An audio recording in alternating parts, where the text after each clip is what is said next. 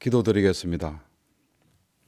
은혜로우신 아버지 하나님, 골고다 언덕길 오르신 주의 뜻 분별하여 사명의 자리에서 돌아서지 않게 하시고 죽기까지 감당하신 주님 본받아 승리하는 자녀 되게 하여 주시옵소서.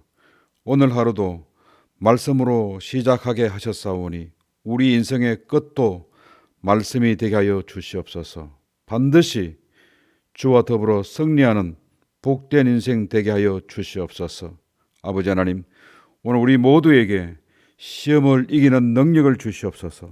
하나님 더 사랑하게 하게 하시고 전도의 열정이 식어지지 않게 하여 주시옵고, 오늘 우리의 삶이 모든 사람들, 모든 교회, 모든 성도에게 본이 될 수 있게 하여 주시옵소서. 모든 것을 협력하여 선이 되게 하게 하시는 우리 주 예수 그리스도 이름으로 기도드리옵나이다. 아멘. 오늘 본문의 말씀은 스가랴 7장의 말씀입니다.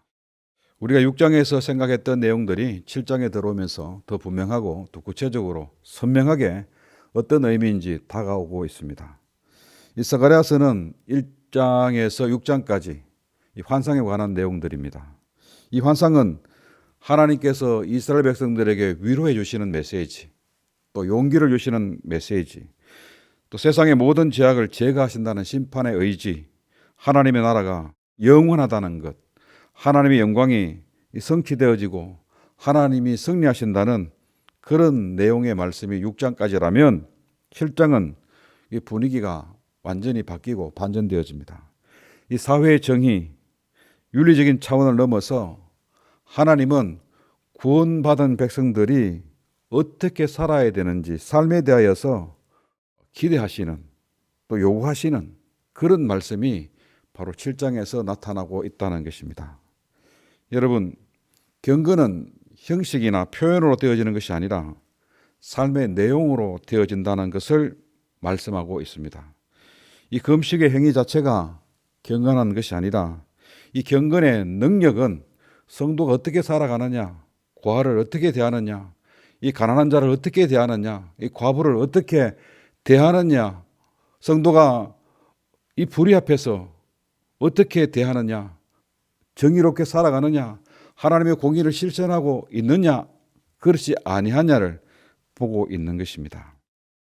오늘 주시는 말씀은 당시 유다 사람들의 죄악성을 낱낱이 적나하게 드러내는 것으로서 하나님을 사랑하는 것이 어떤 것인지, 또 진정 금식이 어떤 의미인지, 하나님 사랑하는 방법이 무엇인지를 나타내고 있는 것입니다.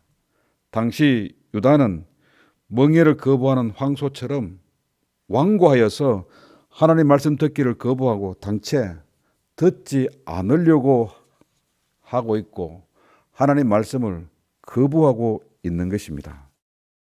또 그들의 마음은 금강석처럼 굳어져서 하나님이 직접 말씀하셔도 듣지 않습니다. 무감각해져서 하나님 말씀을 외면해 버립니다. 결국 하나님 말씀을 외면함으로 인하여서 예루살렘과 그 성전은 파괴되어졌고 결국 그 나라 백성들은 세계 열국의 포로로 잡혀가게 되었다는 것을 말씀하고 있습니다. 유다 거민들의 마음이 금강석처럼 딱딱하게 굳어져서 무감각하게 되어버렸습니다. 하나님 말씀하셔도 들리지 않습니다. 결국 그 죄로 인하여서 예루살렘과 성전은 파괴되어졌고 결국 그 백성들은 열국의 포로로 잡혀가게 되어진 것입니다. 이러한 상태에서 하나님 말씀에 순종하지 않고 단순히 종교적 행위만으로 위안을 삼고자 하는 종교적 행위는 하나님 앞에서 아무런 의미가 없는 구원에 전혀 도움되지 않는다고 하나님은 말씀하고 있는 것이 본문의 말씀이 되어집니다. 따라서 오늘날 교회는 하나님의 의도, 하나님의 마음을 헤아려야 하는 것입니다. 여러분, 종교가 되어지려면 세 가지 요건이 충족되어져야 합니다. 첫째는 역사성인 것입니다. 경전에 나타난 이야기들이 허구가 아닌 실제로 역사상의 역사 가운데 있었던 사건, 이야기가 되어져야 한다는 것입니다. 여러분, 성경의 모든 이야기는 역사 가운데 있었던 실제 사건들인 것입니다. 예수님의 행적들은 시간과 장소가, 시대가 분명하게 구체적으로 기록되어진 역사적 사실이 되어지기 때문에 바로 성경이 되어지는 것입니다. 둘째로, 경전에 기록되어진 내용들이 아주 도덕적이고 윤리적인 내용들이 되어져야 한다는 것입니다.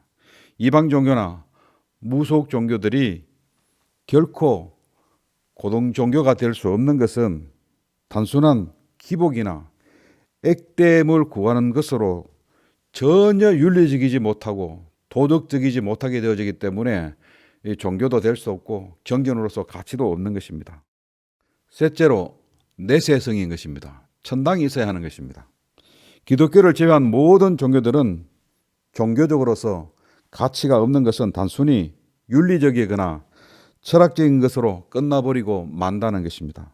천국을, 내세를, 다음 세계를 분명하게 제시하지 못하는 것은 종교가 될 수 없는 것입니다.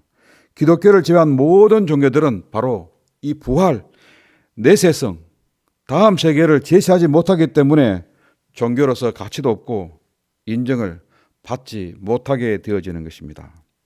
이사야 58장 6절입니다. 나의 기뻐하는 금식은 흉악의 결박을 풀어주며 멍에의 줄을 끊어주며 압제에 당하는 자들을 자유케 하며 모든 멍에를 꺾는 것이 아니냐. 여러분, 바로 오늘 하나님의 자녀된 우리에게 하나님은 사회적인 책임, 윤리와 도덕의 의무를 부과하고 계시는 것입니다. 아모스 5장입니다. 모든 교회와 성도를 통해서 하나님은 오직 공법을 물같이 정의를 하수같이 흘리는 이 사회적인 책임을, 의무를 부여하고 있는 것입니다. 오늘 주시는 말씀을 보십시오. 9절입니다. 서로에게 인애와 긍휼을 베풀어라, 그렇게 말씀하셨습니다. 인애는 하나님의 사랑을 말하는 것으로서 긍휼과 같은 그런 의미를 가지고 있습니다. 이 긍휼이란, 인애란 용서할 가치가 없는, 용서해야 할 이유가 전혀 없는, 용서받을 조건을 전혀 갖추지 못한 그런 상태에서 관용을 베풀어 주는 것, 용서하는 것입니다. 기독교 용서는 바로 이런 것입니다. 하나님께서 우리에게 요구하는 금식은, 하나님의 뜻은 용서할 일고의 가치가 없는 자에 대하여서 용서해 주는 것입니다. 우리 주님은 원수를 사랑하라, 그렇게 말씀하셨고, 이방의 종교와 이 시대의 정신은 받은 만큼 대갚아 주라고, 돌려주라고 말하고 있는 것입니다.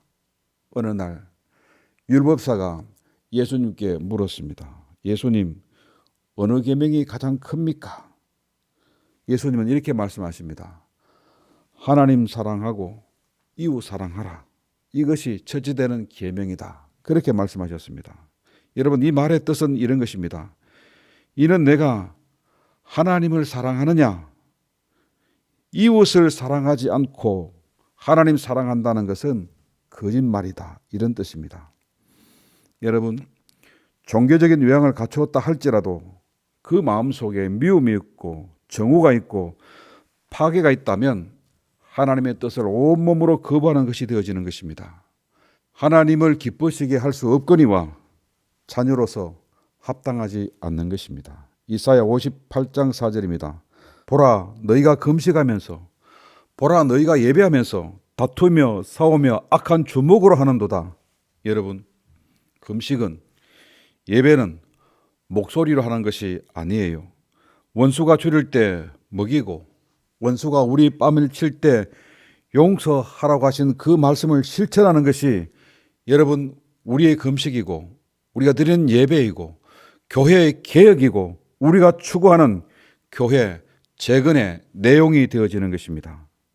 하나님이 기뻐하시는 것은 천천의 수양이나 만만의 강수 같은 기름을 드리는 것을 원하는 것이 아니라 원수를 사랑하라 하신 하나님의 말씀, 그 사랑을 나누고 실천하는 것이 바로 하나님이 기뻐하는 것입니다.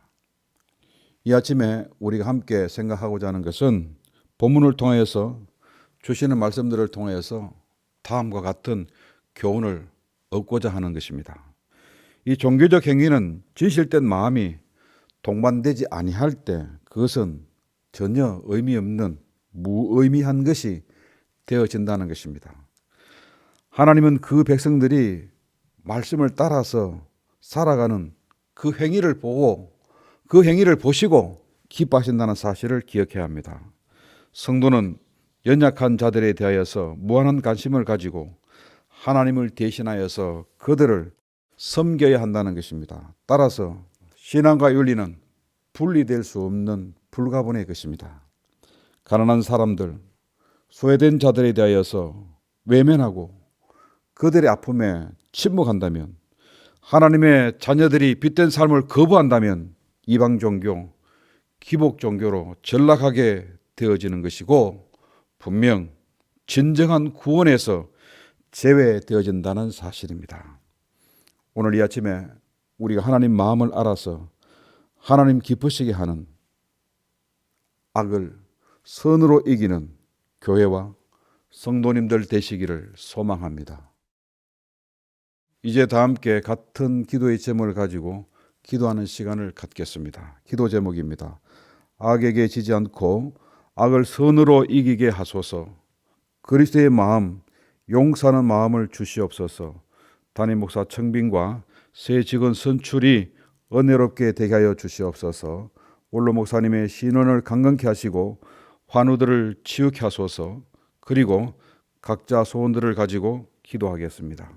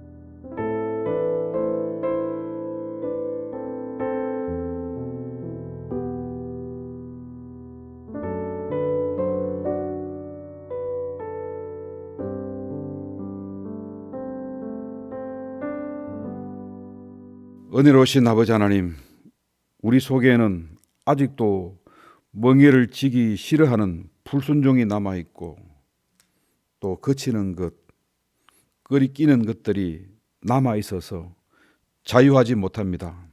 어쩌면 우리 자존심을 하나님보다 더 사랑하고 숭상하는 우리 자존심들을 우리 스스로가 우상 삼고 있음을 고백합니다.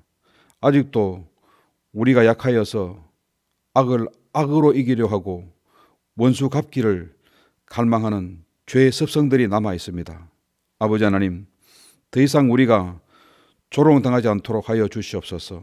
입술로 사랑을 말하지 않게 하시고 진정 마음으로 하나님 뜻 헤아리는 자녀로서의 삶을 살게 하여 주시옵소서. 우리가 하나님 자녀인 것을 잊지 않게 하게 하시고 성도와 성전을 정화하시는 하나님의 뜻, 그 계획을 알아서 빛된 자로서 자녀된 모습으로 주의 영광 드러낼 수 있도록 은혜를 베풀어 주시옵소서. 결코 악에게 지지 않게 하시고 악을 선으로 이기는 주의 자녀 되게 하여 주시옵소서. 이제 우리 교회가 새로운 일꾼을 뽑고자 하고 하나님의 목회를 감당할 담임 목사님을 구하오니 이 일로 사단이 틈타지 않게 하게 하시고 모든 성도들이 시험에 들거나 실족하지 않도록 도와주시옵소서. 정명의 모든 절차들이 은혜롭게 진행되게 하게 하시고 이 일로 온 교회가 은혜가 되게 할 수 있도록 복이 될 수 있도록 도와주시옵소서. 원로 목사님의 건강을 지켜주시옵고 또 치료 중에 있는 모든 환우들에게 치유 역사를 덧입혀 주시옵소서. 특별히 사모님을 지켜주셔서 빠른 치유가 될 수 있도록 은혜를 베풀어 주시옵소서. 오늘 하루도 주님 동행하여 주시옵소서. 한 사람 또 한 가정 또 어려움에 들지 않도록 실족하지 않도록 눈동자같이 지켜 주시옵소서. 예수님 이름으로 기도드리옵나이다. 아멘. 하늘에 계신 우리 아버지, 아버지 이름을 거룩하게 하시며 아버지의 나라가 오게 하시며 아버지의 뜻이 하늘에서와 같이 땅에서도 이루어지게 하소서. 오늘 우리에게 일용할 양식을 주시고 우리가 우리에게 잘못한 사람을 용서하여 준 것 같이 우리 죄를 용서하여 주시고 우리를 시험에 빠지지 않게 하시고 악에서 구하소서. 나라와 권능과 영광이 영원히 아버지의 것입니다. 아멘.